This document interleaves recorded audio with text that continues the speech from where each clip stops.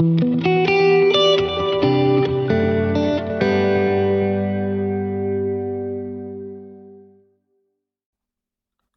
everyone, and welcome to another episode of Living in Exhortation.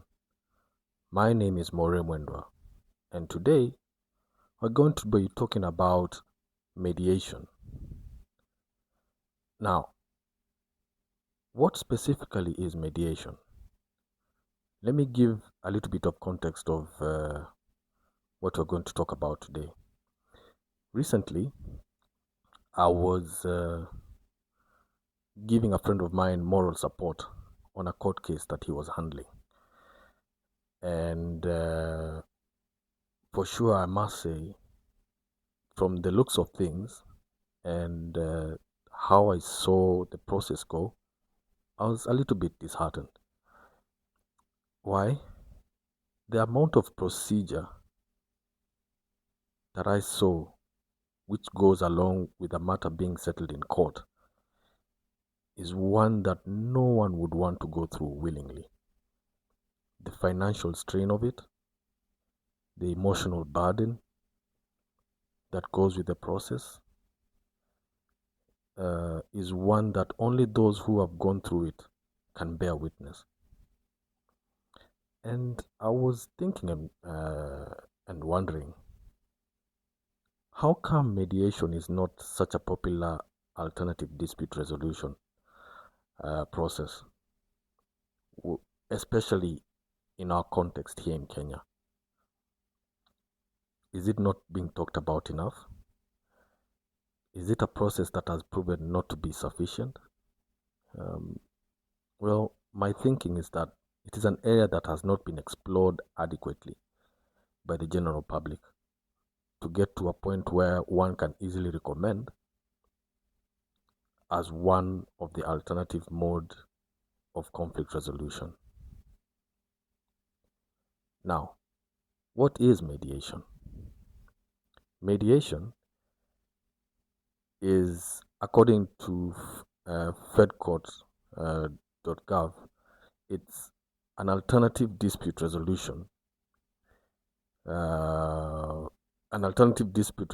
process that involves a third party, and in this case, we call them a mediator, who helps to facilitate communication and negotiations between two or more parties in conflict in order for them to come to a mutually acceptable agreement.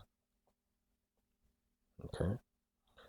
And when you talk about mediation, it has got its advantages. And one of the major advantages or key advantages of going ahead with mediation as an alternative dispute resolution process is the aspect of relationships between conflicting parties remaining intact. What do I mean by this? I mean, this specific process seeks to have a collaborative kind of remedy where parties that are in conflict experience getting a win-win solution by the end of the whole process. Why? Because that's the goal. That is always supposed to be the goal. And this is unlike the court process, where by the time a judgment is ruled, you'll find that parties are no longer seeing each other eye to eye.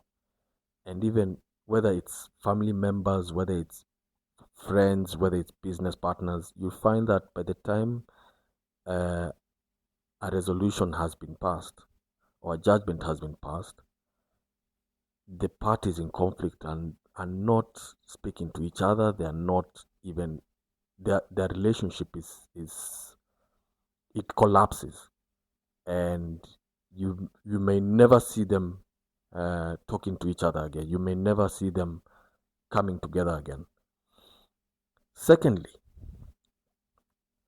mediation brings in the aspect of speed.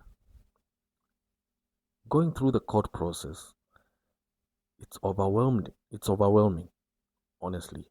And the courts nowadays, especially if I give the context of Kenya, our courts are overwhelmed with lots of cases that are pending, cases that might take weeks, months, and even years before a final judgment is done and finalized.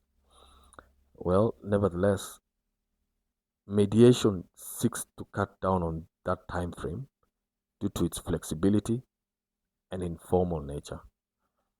The more cases are being handled under mediation, the less burdened the courts are with backlog of unresolved cases.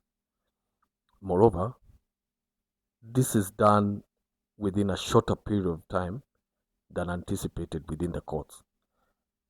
Yeah. So that's the second aspect of why we should turn to mediation as an alternative dispute resolution process. Thirdly, we have confidentiality.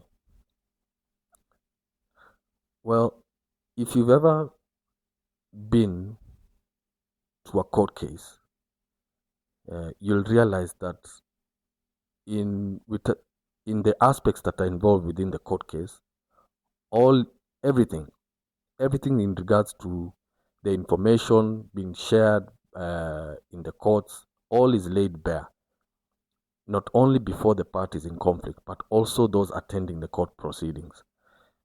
Well, under mediation, you'll find that the parties in conflict are assured that whatever is discussed within the room stays within the room amongst the parties involved.